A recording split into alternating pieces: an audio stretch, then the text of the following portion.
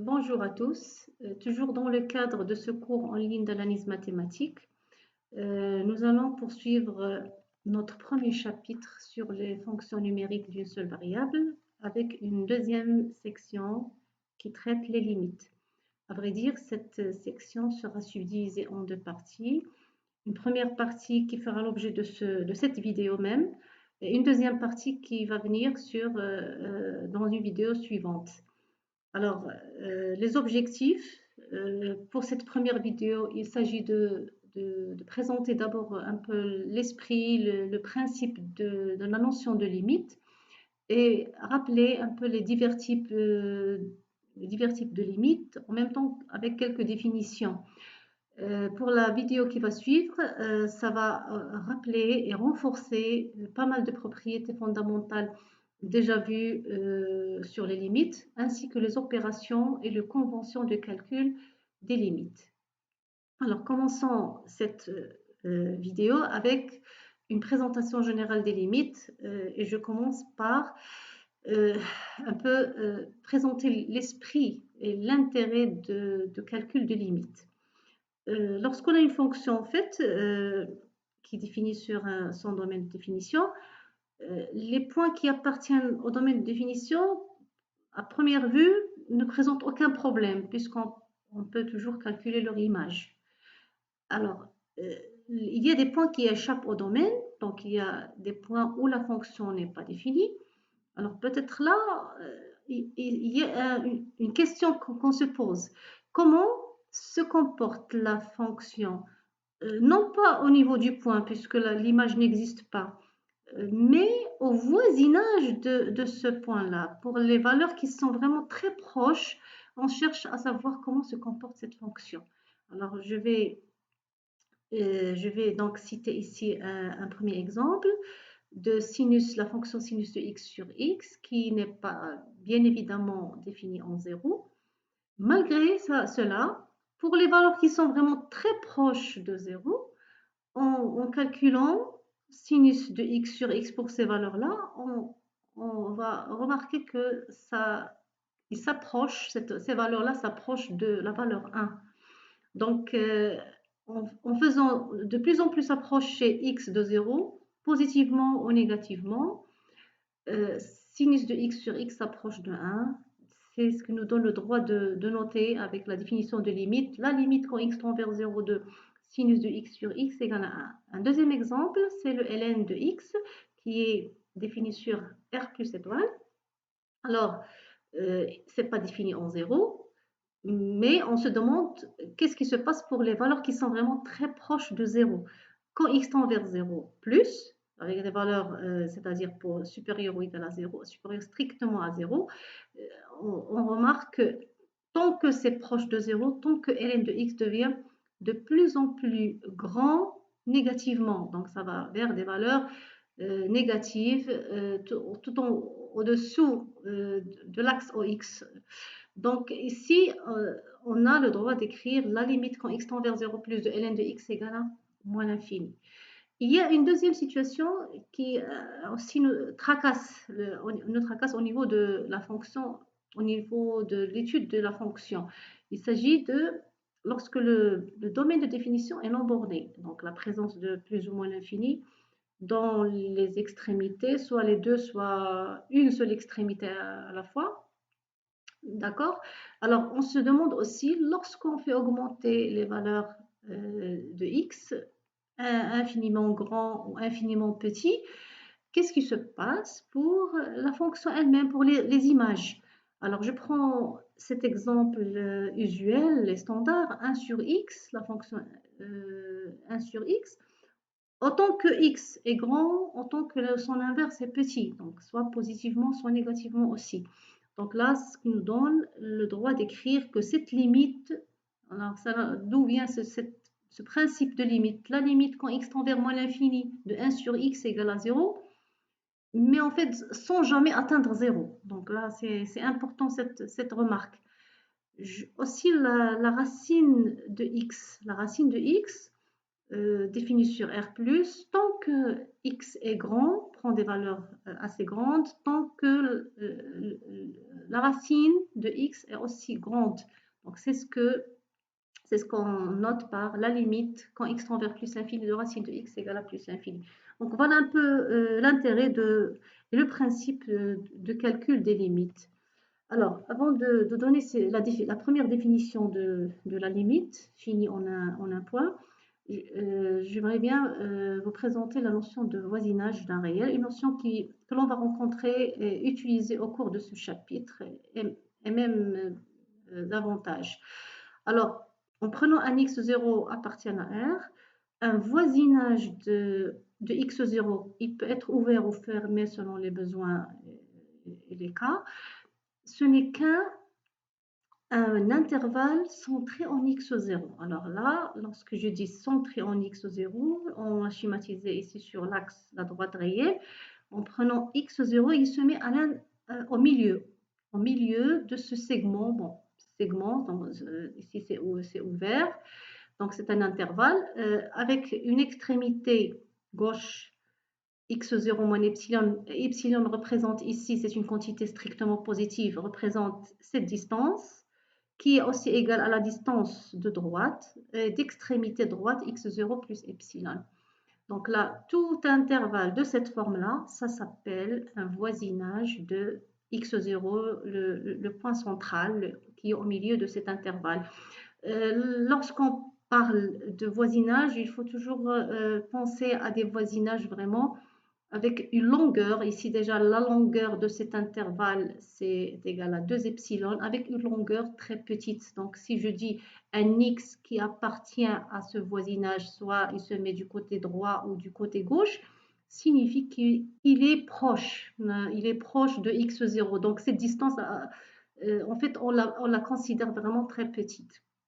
Alors, à noter que Lx appartenant à ce voisinage ouvert, x0 moins epsilon, x0 plus epsilon, et c'est équivalent, alors on peut le démontrer facilement en termes de la valeur absolue, avec équivalent à ce que valeur absolue de x moins x0 est inférieure strictement à epsilon, que je vous demande bien de réaliser en exercice. Alors, maintenant, on passe à la définition de la limite finie en un point. C'est un premier type de limite que l'on rencontre dans ce cours. Alors, en prenant une fonction f définie sur un intervalle de R, un x0 qui peut être à l'intérieur de cet intervalle ou être une extrémité de i. Donc ici, lorsque je dis extrémité, ça veut dire que ça n'appartient pas à i. Donc ici, il s'agit d'un intervalle qui est ouvert du côté de x0. Et on considère L appartenant à R un réel. On dit que f admet la limite L en x0 ou bien autrement, on dit que f tend vers la limite L ici c'est la limite, quand x tend vers x0, si on vérifie cette propriété. Alors, à première vue, elle n'est pas courte, elle est assez longue, et elle n'est pas facile à assimiler. Donc, il faut une petite explication pour pouvoir la saisir. Alors, je vais quand même la lire. Si quel que soit epsilon strictement positif, réel strictement positif, il existe état réel strictement positif tel que pour tout x appartient à l'intervalle et qui vérifie valeur absolue de x moins x0 inférieure à état, alors implique que valeur absolue de f de x moins L est inférieure à epsilon. Alors, si on a cette propriété vérifiée, on peut écrire maintenant que la limite quand x tend vers x0 de f de x égale à L. Alors, comment on peut un petit peu approcher cette définition? C'est plutôt par un exemple graphique que j'illustre ici. Alors, je prends cette courbe, donc là, une fonction arbitraire, et là, un point x0, j'ai mis ici un petit cercle pour désigner que f n'est pas défini en ce point-là. Alors, comment on va essayer de montrer que la limite de f en ce point-là, c'est L. Alors justement, à travers cette écriture-là, comment on va expliquer cette écriture ici, géométriquement? Alors, quel que soit epsilon, donc on va prendre un epsilon. Donc, je reviens sur la remarque précédente. Qu'est-ce qu'on a dit? Un point qui appartient à un voisinage, il s'écrit, un voisinage de x de 0, x qui appartient, ça veut dire que valeur absolue de x moins x de 0 est inférieure à eta. Donc, on peut reformuler cette propriété en termes de voisinage. Epsilon, qu'est-ce qu'il joue ici le rôle? Il joue le rôle du rayon d'un voisinage de L que l'on choisit, que l'on prend au départ. Le état qu'on doit trouver, il existe, il désigne le rayon du voisinage de x0. Un voisinage de x0, tel que tout x appartenant à ce voisinage de x0 qu'on a trouvé avec ce rayon état, le f de x reste à l'intérieur du voisinage de L avec le epsilon, le rayon epsilon que l'on a choisi au départ. Donc, je prends un epsilon ici positif, il est représenté ici par cette distance-là, deux flèches, les deux flèches, chaque distance, c'est cette mesure de la flèche. Donc, on a un voisinage où L est au centre, donc c'est un voisinage de L. Alors, c'est un choix. On doit montrer est-ce qu'il existe. Si on montre qu'il existe un autre voisinage, un voisinage de x0, donc en fait, c'est ce qui est désigné ici entre crochets, c'est bien un voisinage. Le état, c'est cette distance-là, ces deux distances, donc ces deux flèches-là. Donc, on a pu trouver, et c'est pas unique, on peut encore trouver une infinité de états. Tant qu'on peut trouver un seul voisinage, on peut trouver en fait une infinité. Il suffit de rétrécir un petit peu, sinon même augmenter un peu la longueur, mais pas trop. Donc rétrécir, oui, c'est infiniment, plusieurs voisinages possibles, mais pas beaucoup au niveau de l'élargissement. Donc, pour tout, qu'est-ce que je viens de dire? On est parti d'un voisinage de la limite L. On a pu trouver ce voisinage de x au 0. Alors, vérifiez graphiquement tout x, on le met ce x à droite ou à gauche, faire correspondre, pour un x, faire correspondre son image, certainement vous le trouverez à l'intérieur du voisinage, c'est f de x qui se trouve à l'intérieur du voisinage de L. Donc voilà, on a pu trouver exactement un voisinage, tout x de ce voisinage, son image reste à l'intérieur du voisinage choisi. Alors, c'est exactement la définition qu'on a expliquée ici et qui peut être interprétée autrement avec cette phrase. J'ai voulu vous montrer en écrit, pas plutôt en oral. F de x peut être rendu aussi proche que l'on veut de L. Donc, que l'on veut, c'est le choix de epsilon. C'est à nous de voir en faisant rapprocher suffisamment x de x au 0. Donc voilà, peut-être vous avez appris la définition de la limite avec cette phrase-là. En tant qu'on approche x de x au 0, l'image f de x s'approche de la limite L.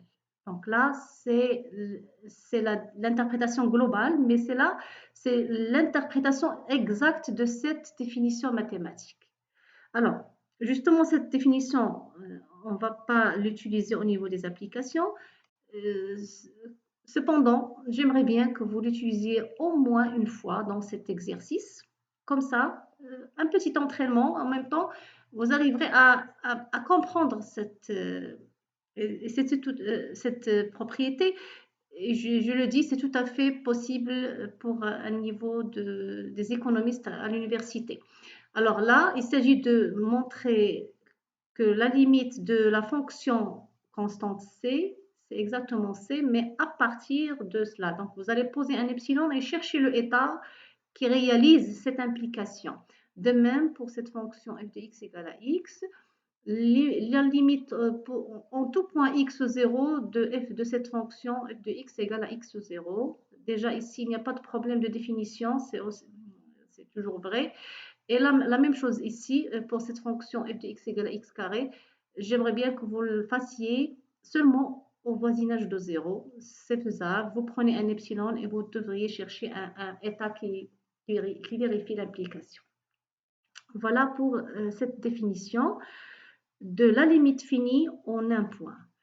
Alors, la notion de limite à droite et limite à gauche en un point. Alors, en quelque sorte, on l'a déjà un petit peu évoqué lorsque on a dit la notion de voisinage.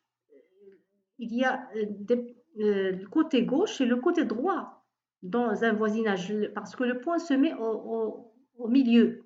Alors là, on va restreindre le fait de tendre x vers x0 seulement à un côté, soit du côté droit, soit du côté gauche. Alors, si ça, le fait de tendre x vers x0 du côté droit, on va obtenir la limite à droite en ce point-là. Alors, c'est exactement la même définition que précédemment, sauf que la valeur absolue dans ce cas, puisque x, du côté droit, x est supérieur à x0, cette quantité, elle est positive, donc la valeur absolue de x moins x0 égale à x moins x0. Et c'est la même définition, sauf la notation qui va changer. C'est la limite quand x tend vers x0 plus, ou bien la limite quand x tend vers x0, et en bas, vous précisez x supérieur à x0, c'est égal à L. D'une manière analogue, on définit la limite à gauche en x0. Alors là, on fait tendre x. Alors la notation, c'est x0 moins.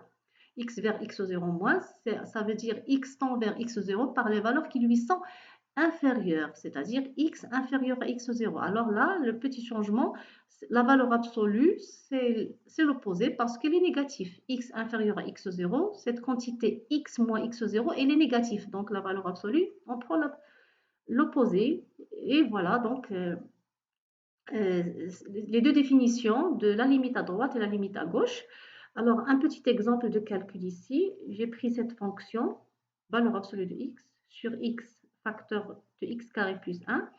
Alors, vous voyez que un petit problème de définition au niveau de 0, sauf le 0. Alors, si on fait tendre par les valeurs positives supérieures à 0 strictement, alors, vous savez, la valeur absolue de x, pour x positif, c'est x. On va simplifier et ça va rester la limite de cette fonction que vous connaissez bien, comment on fait le calcul, c'est égal à 1. On va revenir sur les méthodes de calcul. Alors, pour la limite à droite, la valeur absolue ici de x, ça va être égal à moins x. En simplifiant, ça va rester la limite de moins 1 sur x carré plus 1 et ça va donner moins 1. Alors, un premier théorème qui va mettre en relation la limite finie en un point avec les deux limites à droite et à gauche. Alors, et c'est ce théorème-là, il est résumé dans cette équivalence. Si la limite quand x tend vers x0 de f de x égale à L, si et seulement si la limite à droite en x0 égale la limite à gauche en x0 égale à L. Ça, c'est important. Donc, le théorème se démontre très facilement en réunissant les trois définitions de la limite à droite et la limite à gauche. En les réunissant, on trouve facilement ce résultat. Alors, donc, là, mais en même temps, ce théorème, c'est un résultat qui met cette relation entre les trois types de limites, mais en même temps, c'est une des méthodes par laquelle on peut calculer une limite finie. Parfois, il faut passer par la limite à droite, les limites à gauche, surtout pour le cas des fonctions par morceaux.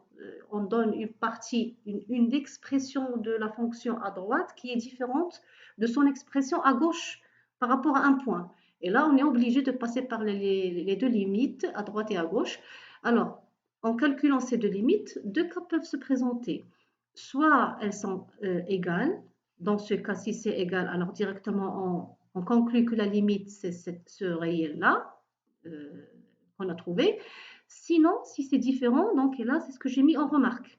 Donc là, c'est un raisonnement par la contraposée Souvenez-vous du raisonnement de la contraposée, je vais vous le rappeler brièvement.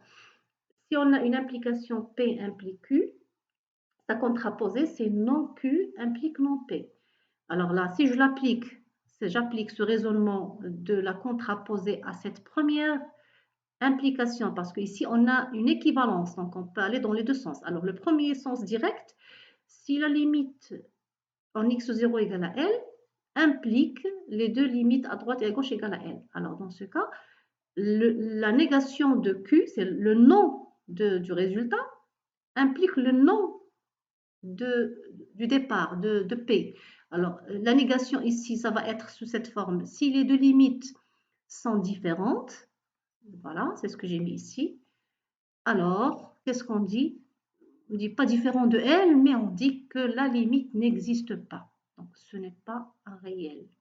Et donc, ça peut être autre chose. D'accord? Alors, j'arrive maintenant sur le rappel de tous les types de limites que vous avez déjà rencontrés, certainement au niveau de la terminale. Alors, le premier type, c'est ce qu'on vient de voir. C'est la limite finie en un point. La limite, elle est finie, c'est un réel. Et en un point. Un deuxième type, c'est la limite infinie en un point. La limite, lorsqu'on la calcule, elle n'est pas finie, donc elle est infinie. Ça donne soit plus l'infini, soit moins l'infini. Et ça se passe en un point. Alors, je vais illustrer ce cas avec cet exemple-là, la situation B. Alors, le x0, il est là. Alors, lorsqu'on fait tendre, là, remarquez que la fonction est définie seulement à droite de x0. Alors, faisons tendre x vers x0, regardons la courbe comment elle se comporte. Remarquez qu'elle se dirige en haut en suivant cette droite verticale. Normalement, elle est d'équation x égale à x0. Donc, elle va et ne s'arrête pas, sans autant toucher cette droite. Donc, elle va vers plus l'infini. Voilà, c'est ce premier cas. C'est une limite qui est infinie en un point. Un troisième type, c'est la limite finie au voisinage de l'infini. C'est le cas, c'est ici que j'ai mis.